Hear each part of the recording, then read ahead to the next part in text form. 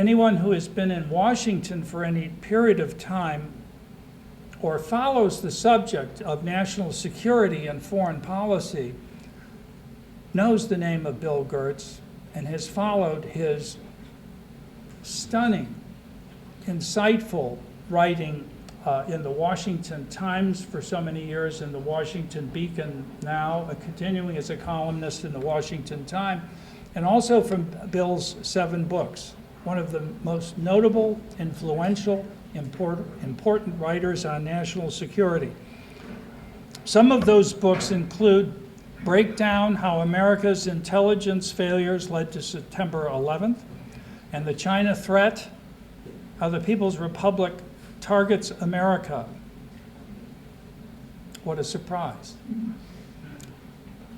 I think all the books may be gone. I'm not sure, but we did have some books for sale at cost at Westminster's special price. I'm sure that Bill will be happy to sign those for you if you did get copies after his presentation tonight. By the way, Congressman Stockman just walked in, and I wanted to acknowledge his presence and say how happy we are to have him here and the great service he provided in the U.S. Congress from the great state of Texas. Now, nothing could be a greater recommendation for Bill Gertz than the fact that he's attacked by both sides. And one of those attacks came from the head of the Russian Foreign Intelligence Service, who said he was, quote, a tool of the CIA, unquote, whereas a member of the CIA once threatened to have a cruise missile fired at his desk at the Washington Times after he wrote a column critical of the CIA's analysis of China. So with that introduction, please join me in welcoming Bill Gertz. I've been doing a lot of book promotion. You know, I'm a national security writer, and I do a lot of radio interviews. And I do one station in Chicago, WLS, where the host is John Howe, and he has me on to talk about terrorist threats and the China threat, Russia threats. And he always asks me, he says, Bill, I don't know how you sleep at night with all that you know. And most of the time, I just don't say anything. And finally, I said, John, I sleep like a baby. I sleep 2 hours, get up and cry, go back to sleep, and get up 2 hours. Yeah, I'm going to talk about what I think is really one of the most important subjects right now, and that is the subject of information warfare. And I wanted to start out with a quote from the book, and it's by Angelo Codavilla, who's many of you know as a national security strategist, long time. And he had a saying which I put in the very front of the book because I think it really captures the beginning point of how we deal with this issue. It says, war is essentially a clash of purposes.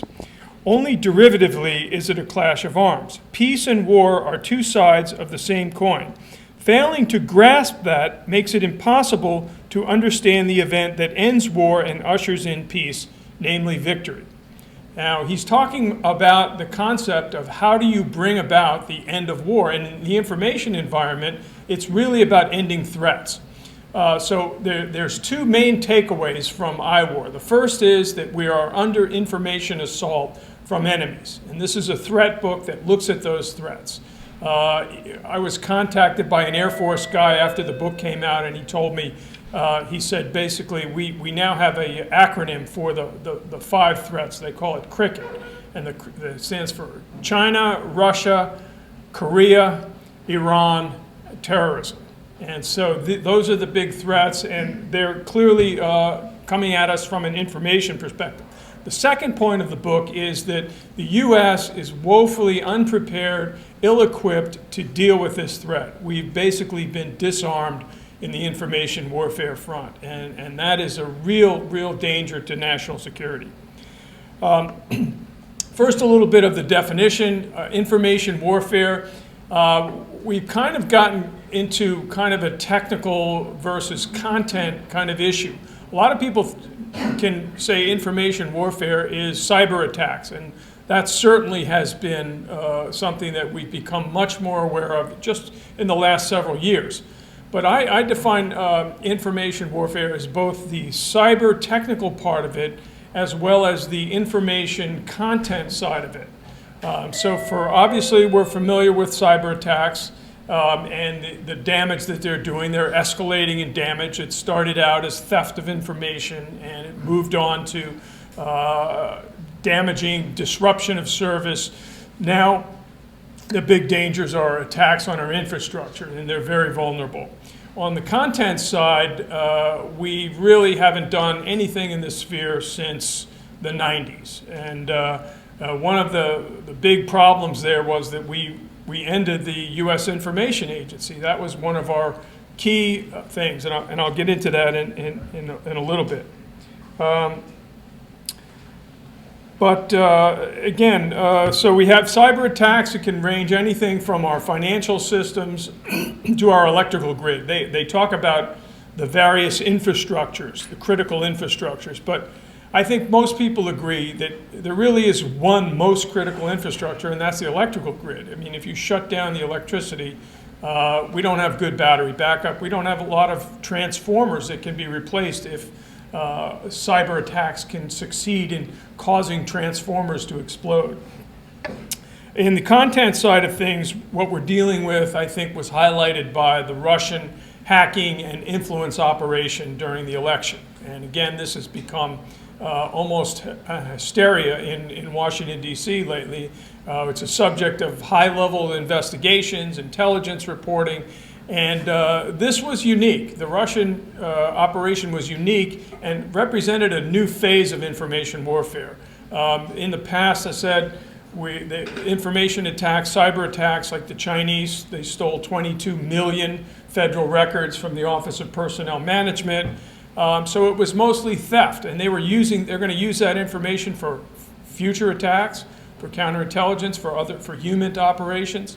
What the Russians did was a little different. They not only stole the information, but they had a network which they could use to disseminate it and to cause an impact. And they really tried to create havoc in the political environment. I can remember the time period when the Podesta emails were coming out and WikiLeaks was reporting this. And WikiLeaks was identified as a Russian conduit for this information.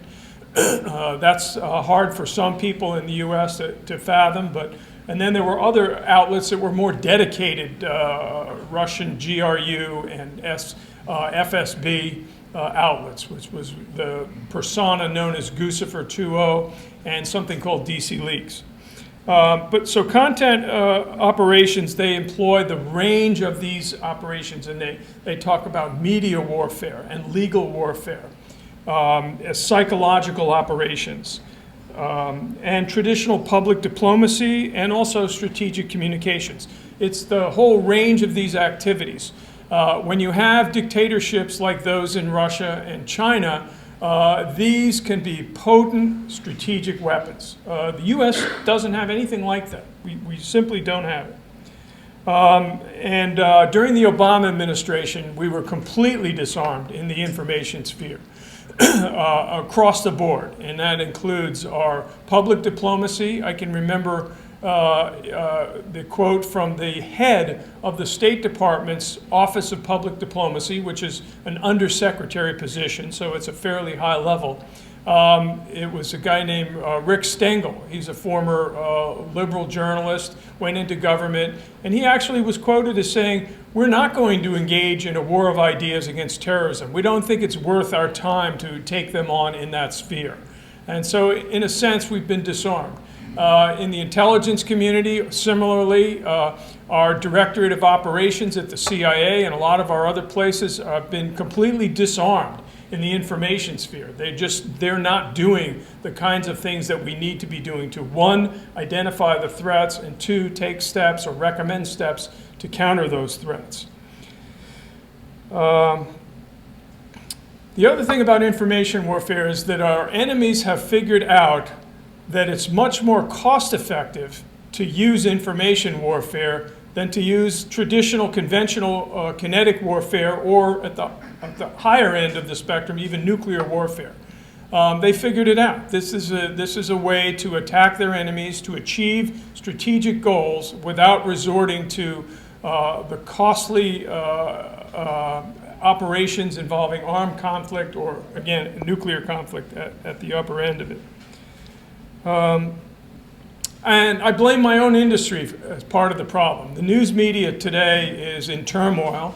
Newspapers, we used to, as recently as 20 years ago, the news media was pretty much limited to a small group of outlets. You had the major newspapers, you had the major broadcasting channels, you had the wire services, which were key drivers, and you had a lot of foreign coverage. All that's pretty much been tossed away now. We've got a massive proliferation of news outlets and huge competition. The major newspapers are losing money hand over fist.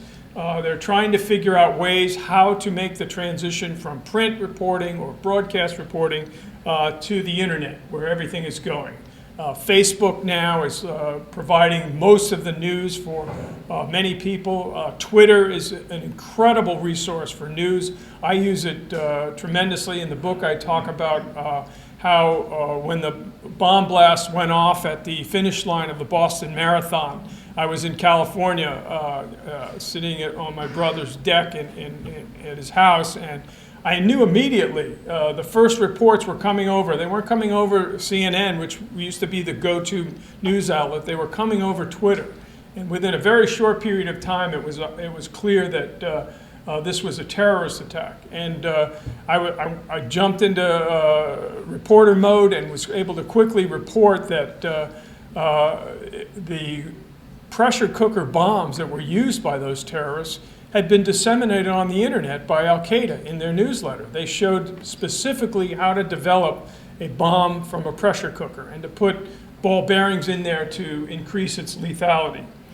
So this is the threat we're facing. So let me just run through some of the top threats. At the top of the strategic threat list, it's not Russia, it's China. And again, I've been covering China. My book in 2000, The China Threat, it was a starting point. I really need to do an update when I get some more time, but it was really important in identifying this problem that was a long-term problem. And the reason that I wrote that book way back in 2000 was because I was doing a piece on the Chinese military, and back then, at the Pentagon, they used to provide you with background briefings. And so I went to the Defense Intelligence Agency. They gave me a background briefing. And it was fairly vanilla. It wasn't anything eye-opening. But at the end of the briefing, a colonel came in and said, "The director would like to see you." And I said, "Oh, okay." So I was a pretty young reporter at the time. And I sat down at the table. And the director told me, he said, "Bill, you know, China's not a threat." And my first response was, "Okay, why?" And I'm paraphrasing it, but his response to me was, because they basically, they're statements. They say they're not a threat. And I was shocked. I was really shocked. Now, granted, he may not have believed that. He may have been trying to spin me. That's not unusual in Washington, especially if you haven't been spun by government officials, you haven't been doing a good job. But clearly I saw that this had been a key strategic communications and information warfare theme from the Chinese going way back, from the 80s, probably even earlier than that. This notion that China is not a threat. And the reason they're doing that is because they have a strategic plan. And they actually task their intelligence personnel and their diplomats to measure what they call the China threat theory around the world, in Japan, the United States, and they try to gauge how that will impact their modernization. So it's a real problem, and it has really damaged not just the intelligence community, which for years, I can remember the annual reports from that the Pentagon had to do on China. For years, they said China has no military ambitions beyond Taiwan. Well, the report that just came out this month provided a completely different picture from that. The Chinese are building up a network of bases around the world. The most obvious one is now in Djibouti on the Horn of Africa. It's going to be, they've started building it last year, and it will be completed this year. And it's at one of the most strategic choke points in the world on the Red Sea. The report said that they're going to leverage their access to civilian commercial ports, which we know they've got at either end of the Panama Canal, that they've got in a number of locations, and that these will be used for friendly port visits for Chinese Navy ships. Now, when you add that to the other section, that they're building a ballistic missile capability, they've had a ballistic missile submarine for a long time, and it was basically a showpiece. But they've got 4 boomers now, and they're building at least 2 more classes down the road. So they're moving to a major undersea nuclear strike capability. And that's why they're expanding their logistical footprint around the world. This is a real threat. It's been completely ignored. If you ask people today in government about this, they'll say that, yeah, we're aware of it and we're monitoring it, but it's not really an important highlight as it should be. And as I said, I put it at the top of the strategic threat spectrum. Short term, I would put the Islamic State and the Islamic extremism. This is really a threat that's here and now. We're seeing it expand. And that has not been handled well in the U.S. government. They've completely ignored the ultimate way to get victory. It's not through killing terrorist leaders. Now, I'm not against killing terrorist leaders, and the CIA has done a very good job of that, along with the military. But that's not going to stop the problem. That's not the way to achieve victory. That's not going to bring about that state of peace where your enemy is no longer threatening you. It requires an ideological attack. And that's what we learned in the Cold War. We were able to do that during the Reagan administration. They developed a number of ideological programs that targeted the ideology of Soviet communism, and it succeeded in defeating that enemy. We've got to do the same thing today with Islamic terrorism. It's an urgent matter, and yet we're caught up now in political correctness. We're seeing what they call the red-green alliance between the leftists and Islamic outfits. We can't even get President Trump promised to designate the Muslim Brotherhood as a terrorist organization, and what happened was that the bureaucracy opposed it, and not just the Pentagon, not just the State Department, but the Pentagon as well. A lot of reasons for that. I don't have all the details, but one example you could take was the state of Qatar, which was recently identified by several Middle Eastern states as a hub for terrorism. I believe that the Trump administration was under pressure from the Navy that if they were to designate the Muslim Brotherhood as a terrorist organization, that it might impact our big airfield at Al Udeid in Qatar. Now we've got 8,000 to 10,000 troops there. It's a major hub for our air operations in both Syria and Iraq, as well as in Afghanistan. But designating the Muslim Brotherhood, it seems like something that's a small thing, but it's so important. Right now, we have no concrete map in public for Muslim Brotherhood groups in the United States. We've had one trial a number of years ago in Texas, the Holy Land Foundation, which identified Muslim Brotherhood front groups. Since then, they've all gone underground. They've all used legal warfare or lawfare to attack anyone that challenges their legitimacy. They're exploiting the concept of religious liberty by saying that they have religious freedom allows them to use political Islam, not religious Islam, use political Islam to advance their cause. So it's really important that we get in the information warfare game against Islamic terrorism. We will never win unless we do. It's absolutely vital. I'm hopeful that the Trump administration will go this way. They understand the threat. They've got really good people at the top. Unfortunately, there's a lot of turmoil at the White House now, and once that settles down, I think they'll start to get this giant super tanker going all in the same direction. Now, the Russia threat, again, as I mentioned, it's amazing to me that the Democrats, who for decades were the most pro-Soviet and pro-Russia political party in the world, have now become the dominant anti-Russia party. It's just amazing to me. And the reason is because the Democrats and the political left and their media supporters, the New York Times and the Washington Post, they've got a political narrative. And the narrative states that the Russians stole the 2016 presidential election from Hillary Clinton, and that as a result of that, Russia has now become enemy number one for the Democrats. It's a false narrative. Clearly, if there were evidence of collusion between the Trump campaign and the Russian government, it would have come out. I mean, we've got some of the most serious leaks that have ever been disclosed about communications intercepts, including the conversation between General Flynn and Sergei Kislyak, the Russian ambassador to the United States. By the way, Congress has not yet been able to get access to that transcript, despite the fact that the oversight committees are supposed to have access to everything. But needless to say, we've got clearly a narrative that's being pursued on the Russia front. Now, that's not to say that Russia is not an information warfare threat. They are definitely very, very good. Bob mentioned that early on, and I mentioned this in the book, the Russians singled me out a number of years ago. There was a story that I wrote, and I was really kind of puzzled by it.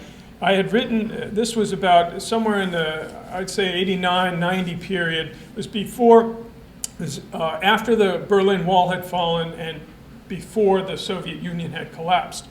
And the Russians, the Soviets then, had hundreds of thousands, or probably 100,000 troops in East Germany. And they were trying to do what they could to salvage that base and also to protect their intelligence assets, protect Erich Honecker, the East German leader. So I wrote a story about a Russian general, a Soviet general visiting East Germany, and the newspaper Red Star, which was the official Red Army newspaper, they wrote a story with the headline, "How many hats does Mr. Gertz wear?" And the article was a very subtle disinformation activity to paint me as a CIA officer wearing two hats. They had a couple of allusions there. One was to somebody who writes something false must eat their hat, a British saying or something. But the article was, I realized the same day that that article had appeared in the Washington Times, I had also written a major investigative piece based on the production of the Active Measures Working Group, which was really one of the most important Cold War entities that was set up. It's in the book. We used it when the Soviets were engaging in massive disinformation, including forging letters from the Secretary of Defense, the U.S. ambassador to the United Nations, and spreading lies and disinformations about the AIDS virus being created in the United States. So this small group was set up. It was the first time that anything like that since World War II, when we had a much more overt psychological warfare operations. This was a group that was really focused on countering the Soviet disinformation. And it was very successful. There were a couple of key people in there, but it was supported by the CIA, and they did a great job. And I'm calling for, when I get to my proposals at the end of this, I'll outline some of the suggestions. That's one of them, that we need something like that, but not just for Russia. We need it across the board. We need it for the Iranians, the North Koreans, and Chinese and Islamic terrorists. North Korea is right now the Trump administration has kind of really picked up on its North Korea policy. And I'm a little concerned that they're focusing much too much on this threat at the expense of looking at China. President Trump and Secretary of State Tillerson came into office with a fairly hardline policy towards China. In fact, the Secretary of State went so far as to say that the United States was ready to block Chinese warships and military forces from inhabiting some of these 3,200 acres of newly created islands in the South China Sea. Then the Chinese leader came to Florida, went to Mar-a-Lago, and he got a couple of messages there. But in that exchange, some deal was reached between Trump and Xi Jinping. And as a result of that, the Trump administration has backed off its criticism of China in ways that are very concerning. Those reports indicate that the president may have altered his decision to sell defensive weapons to Taiwan. Now, back in December, before the Obama administration had left office, there was a $1 billion arms package ready for Taiwan, and the Obama people decided they weren't going to do it. And this is an urgent need for Taiwan, which the imbalance between Chinese forces and Taiwanese forces is getting much greater. And a number of other steps. And the reason is that Trump believes that Xi Jinping is going to help the United States to rein in North Korea and its nuclear and missile programs. The good news is there hasn't been a North Korean nuclear test. There was supposed to be one in April, and it appears that the Chinese perhaps have been able to prevail in preventing that. So far, we'll see. As for missiles, we've seen a lot of short-range missile tests, but one recent test was very alarming, and that was an intermediate-range missile that flew 1,200 kilometers up and tested a re-entry vehicle. So it was a significant advance for them to fly a missile a long distance and then be able to have a warhead re-enter the atmosphere without burning up. That has set off some alarm bells in a lot of places in Washington. Now, on the positive side, I think one of the best things that Trump did during that summit at Mar-a-Lago with Xi Jinping was he fired 59 Tomahawk missiles into Syria while the Chinese leader was there. This was information warfare of a high order, in my view. And the reason is because the Chinese, their main priority in Asia right now is to prevent the United States from intervening militarily any place in their neck of the woods. So Trump is really sending the signal that he's unpredictable and that you better watch out and that you better listen to what he says. I think that's a good message. I hope he can use that with strategic capabilities to achieve the right results. We'll see. Again, the North Koreans we saw in the book, I highlight, I think the most significant North Korean attack was the cyber attack on Sony. And this, I had a very detailed look at that, and this was pretty amazing that a nation state, again, there were information aspects to it. They were trying to prevent the release of the movie The Interview, which was kind of a fart comedy, as they call it, and yet they failed in doing that. I remember I told my wife, I said, look, even if it's a bad movie, we're going to watch it just to send the message that we want to see this movie and we're not going to be intimidated by some two-bit dictator in Asia, in Northeast Asia. But the North Koreans are rapidly gaining cyber warfare capabilities, and the real danger is that they'll be able to use that to attack our electrical grid. Just this week, the Department of Homeland Security sent out a notice to all computer operators about a code-named program called Hidden Cobra. Hidden Cobra is the U.S. government's code name for North Korean efforts to do cyber attacks. And they identified internet protocol addresses for these attacks. They identified a malware that is being used by the North Koreans to create what they call botnets. That's a massive network of hijacked computers that can be directed at certain facilities. We saw that last October against the company Dyn, which was an internet hardware company, and a massive denial of service attack based on Mirai malware was directed against there, and it literally shut down the internet for a number of major companies and a northeast part of the United States. The analysts think that this is probably could have been a test run for something, somebody trying out to see if they could shut down the internet. You could imagine what would happen. Okay, you can't shut down the electrical grid, but if you shut down the internet, you would create major disruptions, financial and other.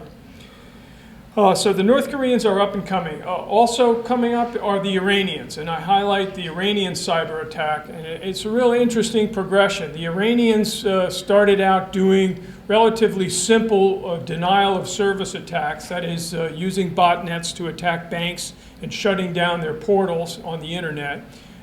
Then they've graduated to a more destructive attack on the Sands Casino in Las Vegas. And that had political implications. The casino owner, Sheldon Adelson, had called for a nuclear strike, a test nuclear strike in the desert near Iran in order to deter Iran. So the Iranians were attacking him for that. And then more recently, the Iranians conducted an attack on a dam in upstate New York, an industrial controller.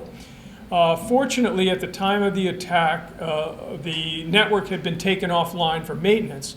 But there were concerns that if they had been able to penetrate that control mechanism, that they could have created a devastating flood in that part of the world. Again, relatively small scale compared to other major attacks, but the progression is they're getting better at doing what they're doing.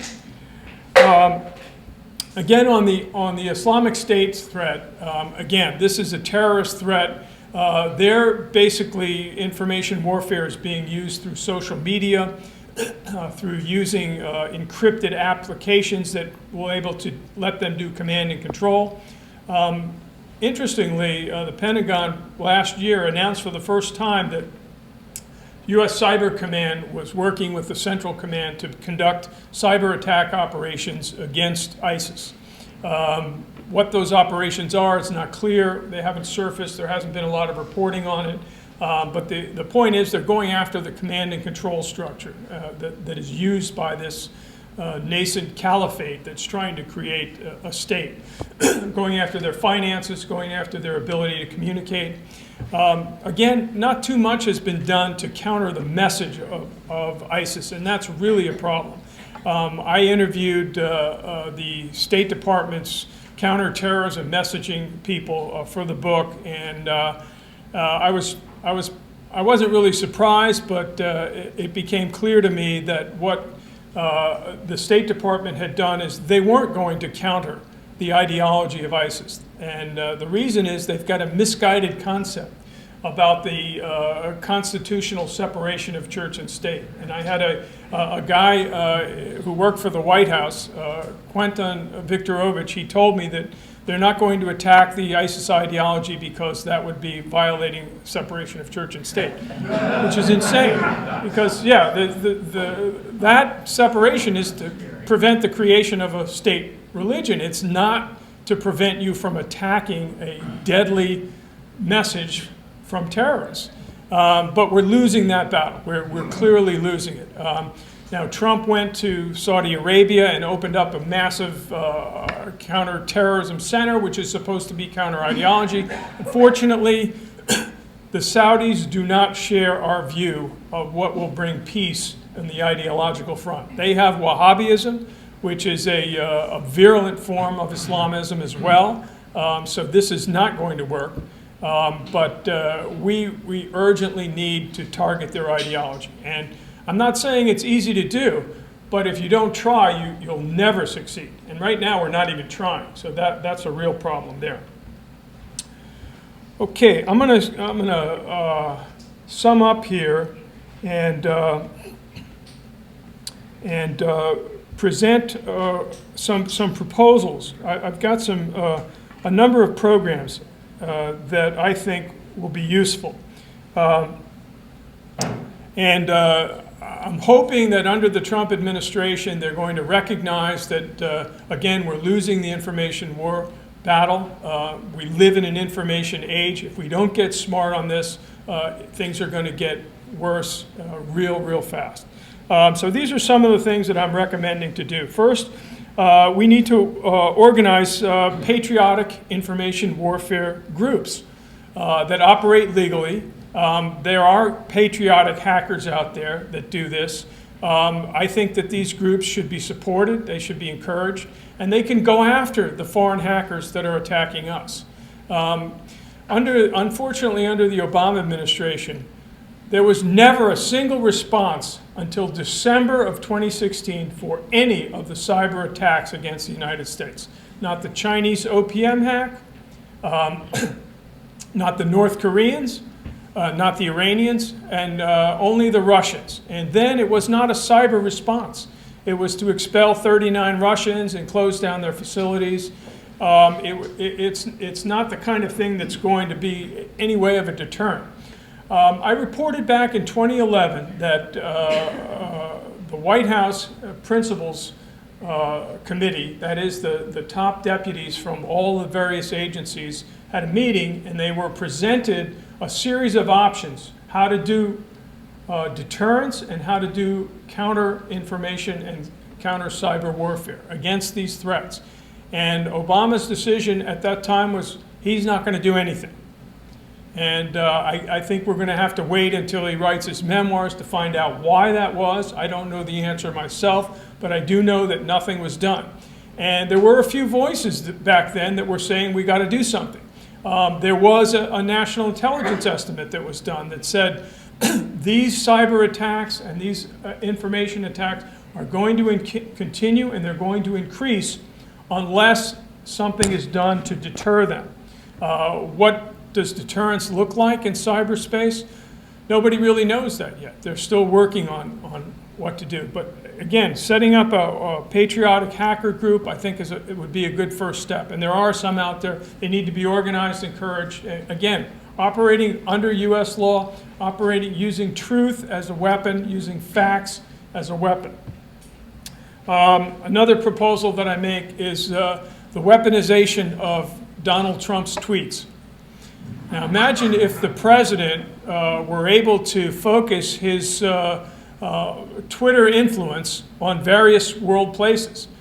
China on the issue of human rights violations, on the issue of Chinese proliferation, if he did them in foreign languages, on Russian aggression, Russian violations, on Putin, be a very effective tool. In other words, have senior US officials weaponize their ability to use Twitter for information warfare in support of US policies and in support of freedom, the promotion of freedom and democracy. All of these programs I put under a new entity that I'm calling Information America. What we really need today to deal with this problem of information warfare, both the counter disinformation and counter information warfare, as well as promotion of democracy, freedom, and liberty, and free markets, is a new entity that's going to do that. We don't have anything. We had USIA. It went out of business in 1999, and it was kind of a funny way that it happened. I look at it in the book, and it basically you had Jesse Helms withholding American funds from the United Nations because of that organization's anti-American policies. So in some sort of compromise, Helms agreed that we could pay the dues to the UN, but he wanted one agency of the State Department to be disbanded, and that was the Arms Control and Disarmament Agency. Somehow or other, USIA got thrown in there with that. And so USIA went out of business, and we lost a really, really valuable entity. And I'll explain why it's valuable. My call for Information America, it has to be a semi-autonomous agency.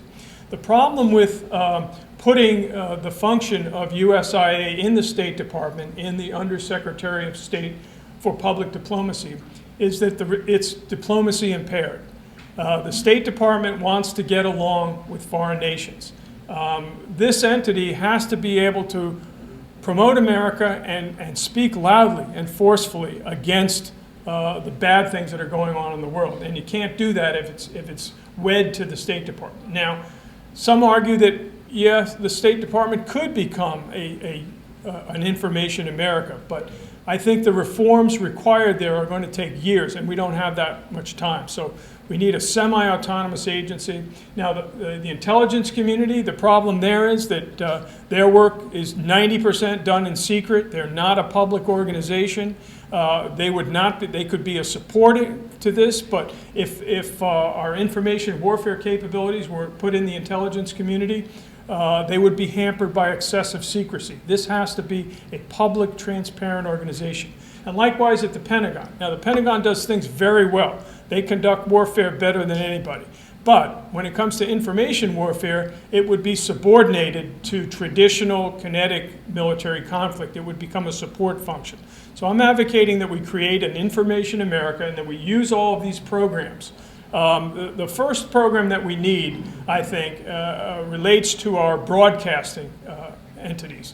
Right now we have something called the Broadcasting Board of Governors, which runs the Voice of America, Radio Free Asia, and all of them.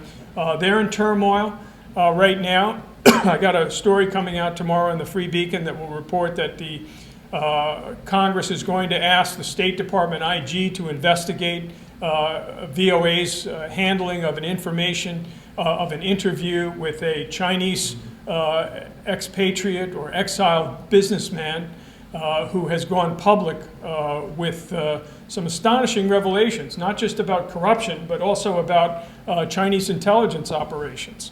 So this organization, I'm calling for this to be combined into a new entity that would be a 24/7 cable, satellite, and internet news provider.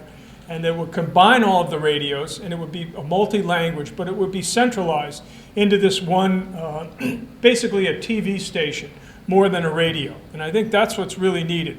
Now, whether that can be done, again, things in government right now are pretty dysfunctional, but this would be my #1 priority for Information America programs. It's something that has to be done, all you have to do is look at the two main adversaries that we're dealing with right now in this sphere. And you have the Chinese, which are spending billions a year on information, including multi-language television broadcast, internet, and of course the Russians. We're familiar with RT and Sputnik. They're again spending billions of dollars. The budget for all of our broadcasters combined is like $775 million. And so we're way behind. Now, it's not just a question of money, it's more a question of leadership, political understanding of the threats, and the political will to get it done. A couple other things, and then I'll open it up to questions. Media reciprocity. I think that's probably the easiest thing to do right now in terms of the information warfare threats. If you go out on the street corners in Washington, D.C., you'll see the Chinese China Daily newspaper on the street. If you turn into, I have Verizon cable at home, RT is broadcast. It's a Russian propaganda outlet, as well as CCTV, Chinese Central Television. So we have two official, basically propaganda networks that have free access to the American public. We should make it a requirement that we have all of our media has full access to those audiences if they're going to have a chance to try and influence our audiences. It's a vitally important step, and it needs to be taken. I don't know why they haven't done this in the past. There was a push for this during the Reagan administration when it came to those kinds of issues, in a sense, to try to create more reciprocity, but it's urgent. I would also task our national laboratories to research and develop new social media platforms. Why not create a new Twitter or a new Facebook or a combination of the two? Something that can be used, could be secure, and could be used to promote American values and American ideals. I want to reestablish the Active Measures Working Group, as I mentioned. Another program could be a counter-internet troll program. Both the Russians and the Chinese are engaged in massive government-sponsored influence and trolling activities. That is, they have networks of people that go out there and create personas, create accounts, and they influence the debate. we've got to be able to identify them, and we've got to be able to counter them. The tech companies that are running our social media, they don't seem to be the least bit interested. I think they could be convinced that this is in America's best interest to go after these troll networks. And then basically, over the longer term, we need to reform our key agencies that are involved in information operations, the State Department, the CIA, and the Pentagon. And this, I think we could do it. I think it's really important. Now, I'll mention one domestic element. In the book, I have a chapter on what I call kind of the domestic information, which is the liberal left notion of political correctness. I think it's time we have a public debate nationwide on this. I think one need only look at our university campuses today, where we're seeing the emergence of a liberal left-wing fascism when it comes to things ranging from free speech to academic studies. This is an urgent priority, and it has to be done. These problems I've outlined are big problems, but I think with political will and commitment, they can be solved. And I'll stop there, and hopefully you'll have some questions. Thanks. Great presentation. Thank you, sir. Sure. So you mentioned State Department, and in relation to China and so on, you didn't get very satisfactory responses, apparently. And I'm just wondering, there have to be a few good people at the State Department, but it's impossible there's nobody who's good. So could you give me your fair assessment as to what percentage of people in the state are Marxists? The reason I ask it is that I met a fellow who works at the State Department, and that's what he told me. 99% in his opinion. So I'm just, maybe it's fake news, but I wonder what is your opinion on it? Yeah, I won't be able to give you a percentage, but I can tell you that the problem of this, I would call it more neo-Marxist than Marxist, but in a sense, it's a reflection of the subversion of our educational system. The education system has been completely subverted by Marxist or leftists, hard leftists, and I deal with this in the book. Both Obama and Hillary Clinton were supporters of Saul Alinsky, and in fact, I make the point that I was around when there were street demonstrations at the '68 Chicago Convention and all of the street riots, and what happened was they made a decision that, look, we're not getting anywhere with these street protests. We're just getting beat up by the police. What we need to do is make a long march through the institutions, and that's what they did. And I think that culminated in the Obama administration. I think Obama was the culmination of that. He made no bones about the fact that he was seeking to fundamentally transform the United States. I guess, again, we'll have to wait for his memoirs to see what he wanted to transform the country into, but I think the results are pretty clear.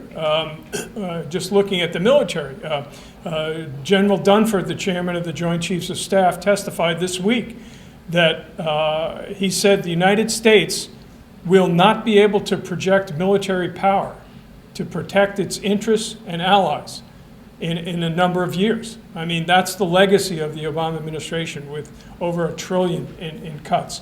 But as far as the academic community, the people who graduate from colleges are getting influenced by this liberal left ideology, and they're going into government, they're going into the intelligence community. I've heard stories about the same thing, about when Ana Montes, the Cuban mole in the DIA, was uncovered. One young intelligence analyst told a friend of mine that she didn't see anything wrong with it. She was just doing it. She didn't see the ideological threat from communism, and that has been the left's overriding China is not a threat. Basically, they're teaching that communism and Marxism are not a threat, and the studies show that young people today have no understanding about what happened in the Soviet Union, or what happened in Mao's China, or in Cambodia, and all of or even in Cuba. So it's really a failure of the education system, but I have no illusions that there aren't large numbers of people who have that viewpoint. Whether they would call themselves Marxists or not, I'm not sure. But, yeah. Yes, Sasha. Oh, I'm sorry, go ahead.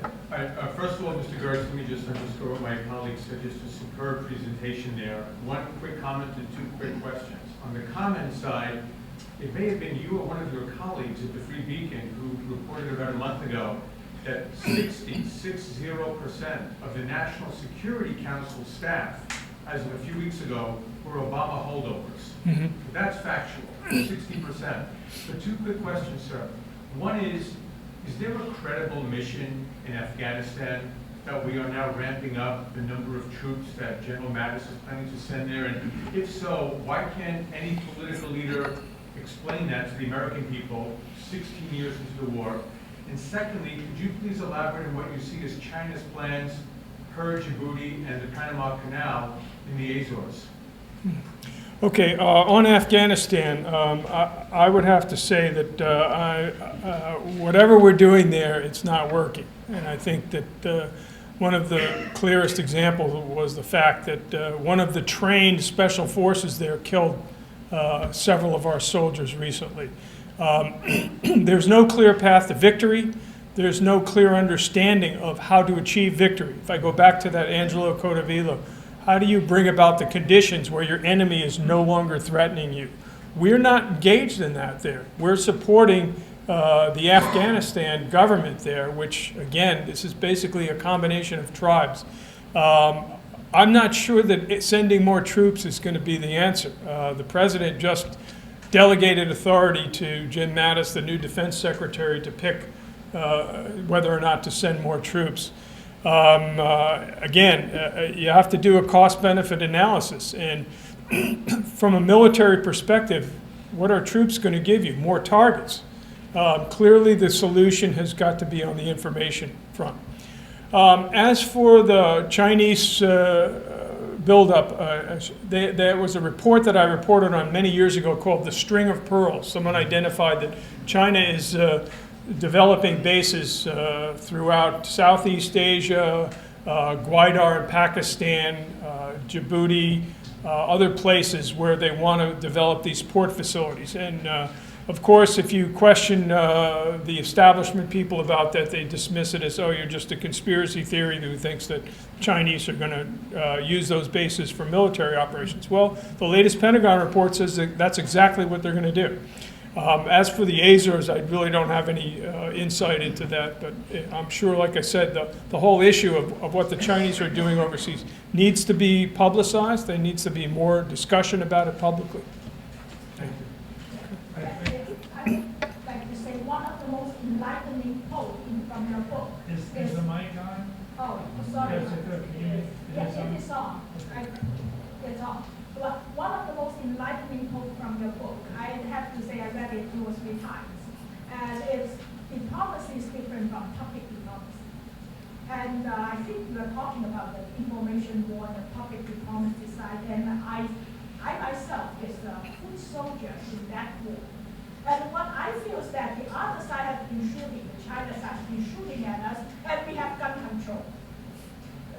Basically, we are not allowed, even the Dean Voice of America, they use the argument of the imbalance of what to cut our programs further and further to make it more and more apolitical. It's a very big problem, especially under the Obama administration. And basically the argument is that we, the United States, we are not that great, and we're not that bad. And that has become the undertone. So I wonder, your proposal of recreating an agency like USIA was not that effective. And BEG at this point is not under the State Department. It's kind of independent.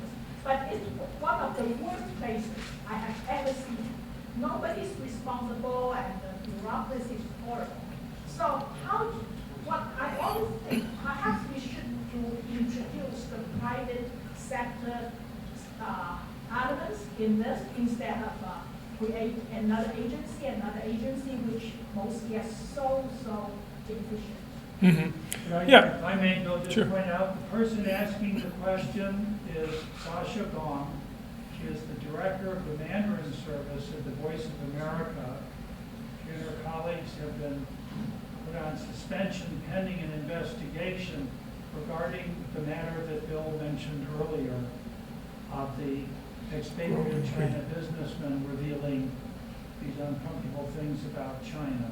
I was the one doing the interview on TV. So Sasha And was he's the one executive producer. on the front line, and she knows where she's based.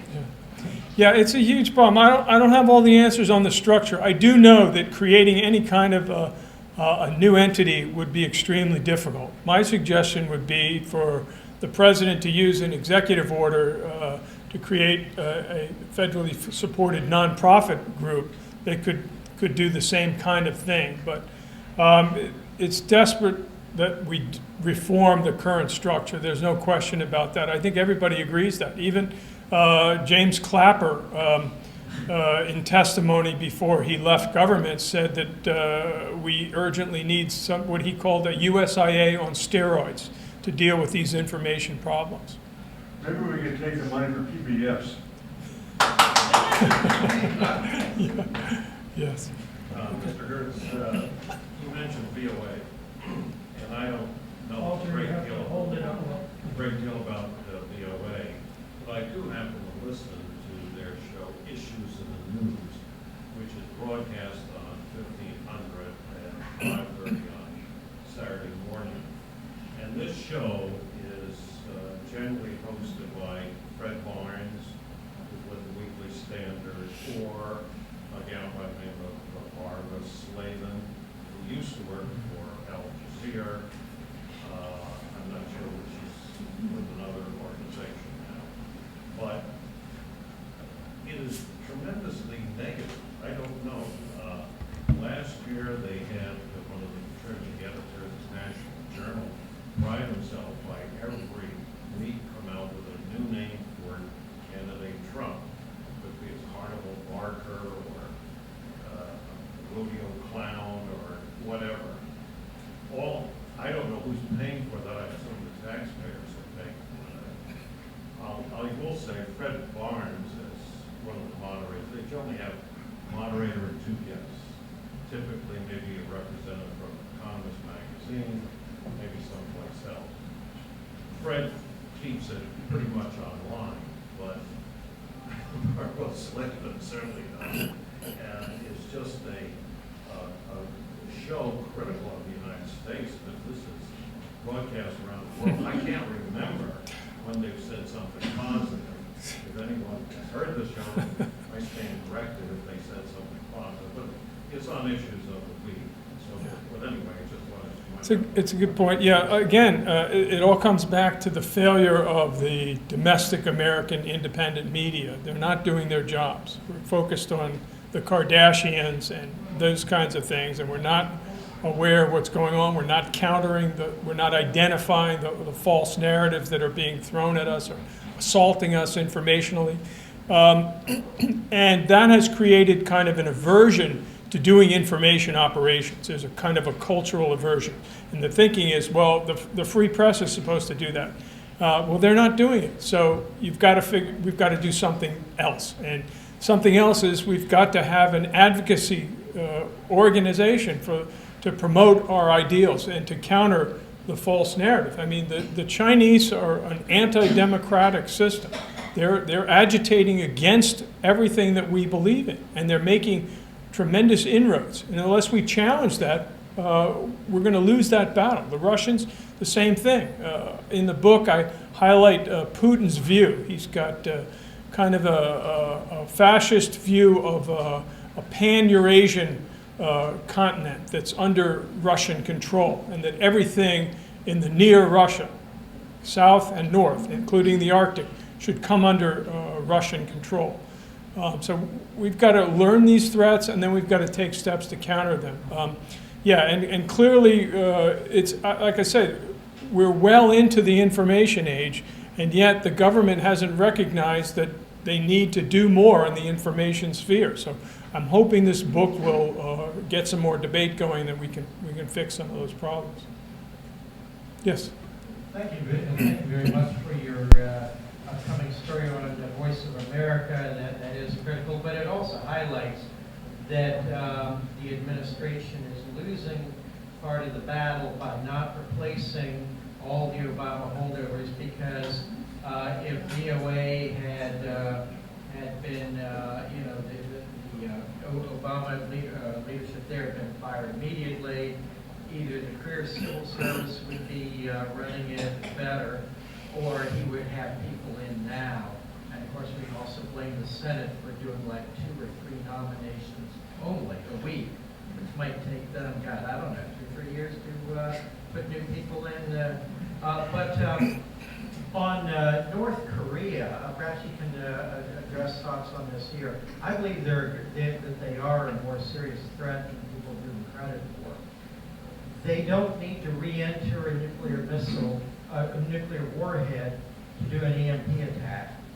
They've demonstrated 2 launches with their UNHA-3 South Polar launch, where we don't have anti-missile capabilities. And one of them, 73 minutes after launch, was 250 miles west of Washington, D.C.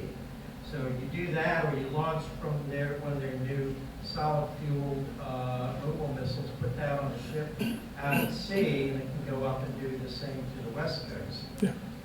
And I believe they're a suicidal regime like Iran, but for different reasons. Iran is the 12-bird philosophy. In North Korea, I think the guy would happily lay down his life and all of his countrymen to see the U.S. be destroyed, as he promised to do multiple times. Your thoughts? Yeah, no, it's all about regime survival. It's Kim Jong-un's survival. He'd do anything to make sure that he survives and his regime survives. Those are the priorities. I have a proposal for how to get rid of Kim Jong-un. And in the book, I outline it. The first thing would be to use non-governmental organizations to flood the country with cell phones, infrastructure, and computers.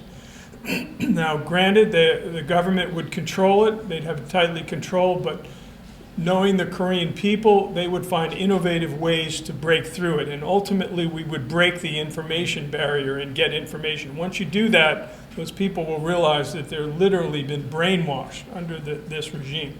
As part of that plan, I called for using Kim Jong-nam, the estranged half-brother, as someone they could use to replace him. And several weeks after the book came out, they assassinated him in Kuala Lumpur. To me, that was an intelligence failure. I mean, he supposedly had $120,000. He was supposedly under Chinese protection. So the Chinese could have used him as leverage against, because if you understand the North Korean system, this is about the family survival, and it's all about, it's a feudalistic, communistic, feudal society, and the threat to the leader is what will motivate behavioral changes there, not sanctions. Sanctions aren't going to work, but that's my plan.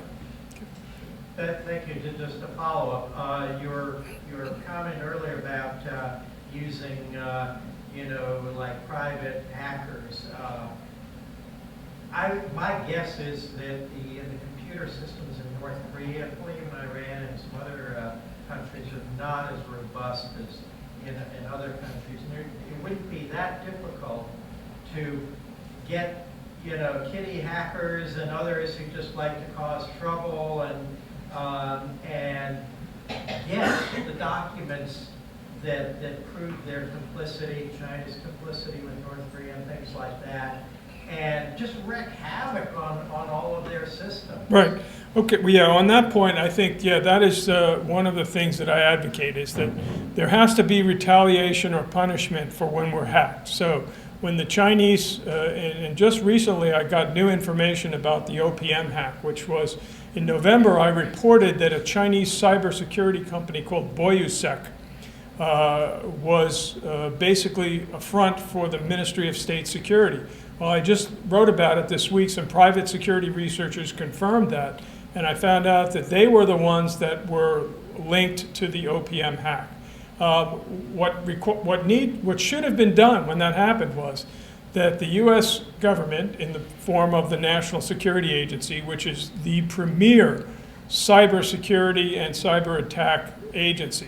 They do intelligence, but they've been in the cyber business since the 80s, and they're light years ahead of everybody else. They should have gone in and stole the information back, or destroyed it in place, or destroyed the computers and networks that were used by those hackers. That would send a message. Doing nothing sends a different message. It means that they're not interested and you have a green light to continue on. Okay, yes. What- Oh. Oh, I'm sorry. I got the microphone. Oh, okay. My name is Wu Chen. I'm also from VOA Maintenance Service. We thank you for your reporting on the latest Golden Creek incident and your support of international broadcasting for all these years. Now, the problem with BBG is the makeup of the BBG board. It has been done as a way to reward political donors. These people are from private businesses like Sony Pictures Entertainment. They have been interested in selling more films or books to China than to spread our word. All these years, they've made one serious mistake after another, like cutting the Russian service, terminating Mandarin broadcast, including radio and TV broadcast to China in 2011. And there are more bad decisions to come. They're not interested in the mission of the BBG nor VOA. They're interested in their own businesses. When Xi Jinping visited here a couple of years ago, not the last one, he went to California, he met with business heads of Hollywood, and he decided on the spot that these companies can release 12 more pictures a year in China with billions of viewers. You know, now my question is, with the new reform, the BBG is not going to be a governing body, it's going to be an advisory body. We will rely heavily on the new CEO. Up to now, we have heard the name or a couple of names, but it's not happening quickly enough. Do you think, how do you think we can turn the tide at BBG and the VOA? We can make VOA an arm of our foreign policy, of public diplomacy, instead of playing a numbers game. They say they want to make VOA the largest news network in the world. What for? We don't know, we don't need all those big numbers. We need a few good people out there who will make their own countries change. Yeah, it's a huge problem, and it's not going to be easily solved. Like I say, right now, politics being hyper-partisan as they are right now, it's going to be very hard to make reforms. And I think the most important feature is that it will require top-down, high-level involvement and leadership. And that's what happened during the Reagan administration.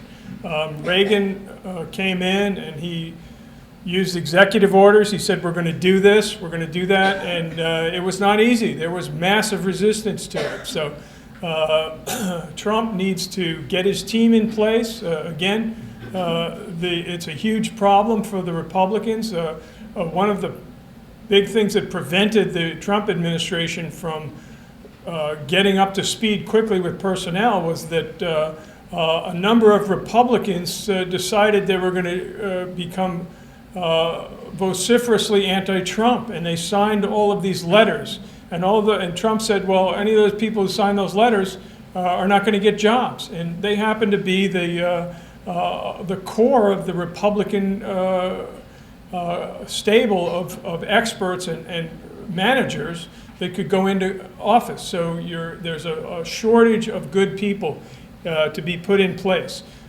You add to that the fact that there's factional fighting now, and it's real difficult. But if the president focuses on the issue and he can get it implemented, I think they can make the reforms that are needed, and we absolutely can win. I mean, it's not going to be easy, but I think it can be done. I think we want to leave enough time for Bill to sign the books. Yeah. I would One more have a question? quick question. Yeah, one more. We'll take one more. Just one quick one. Sorry, Bill. Pass it over, please. Thanks, Ira Strauss. I greatly appreciated your detailed report. It gives me great hope on what I would call the micro level, if you did each of your policies. Yet you've alluded several times to there being a macro problem. The mass media, the bureaucracy, the cadre of the United States are brought up in the attitude that our enemies are not our enemies. A priori, the enemy is those of us who see them as enemies. We are the deplorables. We are to be deplored. Their superiority consists in deploring us. This is a macro problem. They delight in confounding us. Our mass media spread the joke.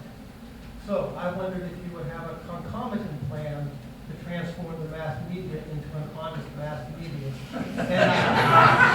Because if we don't win the macro war, winning the micro war will not succeed.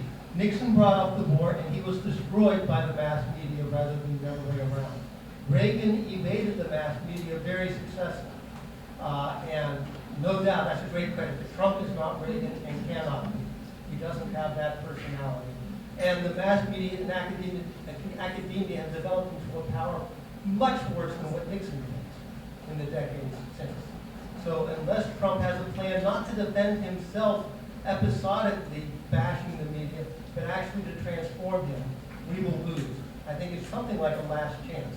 I would like to see you, honestly, this is my request to you, to come up with a plan for that transformation. Thank you. Sure. Well, yeah, I'll take a crack at that. Yeah, I've been in the news business over 30 years, and it's like I say, it's changed radically. You know, I mean, I started out on a Selectric typewriter, went to computers. Now, you know, filing remotely was different. Now it's this explosion of media.